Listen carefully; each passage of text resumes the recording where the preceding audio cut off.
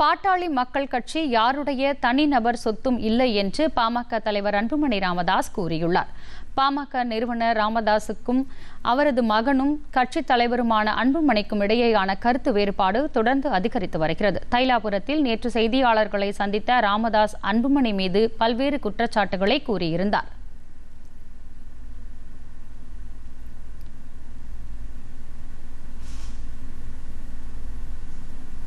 இந்நிலையில் கட்சியின் நிர்வாகிகள் ஆலோசனை கூட்டத்தில் பங்கேற்று பேசிய அன்புமணி தன்னை கட்சியின் தலைவராக பாமக பொதுக்குழு முறைப்படி தேர்வு செய்து தேர்தல் ஆணையத்தால் அங்கீகரிக்கப்பட்டுள்ளது என்று கூறினார்.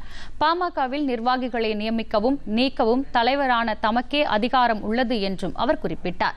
பாமக யாருடைய தனிநபர் சொத்தும் அல்ல என்றும் கட்சியில் அடிமட்ட தொண்டனாகவே இருக்க தாம் விரும்புவதாகவும் அவர் கூறினார்.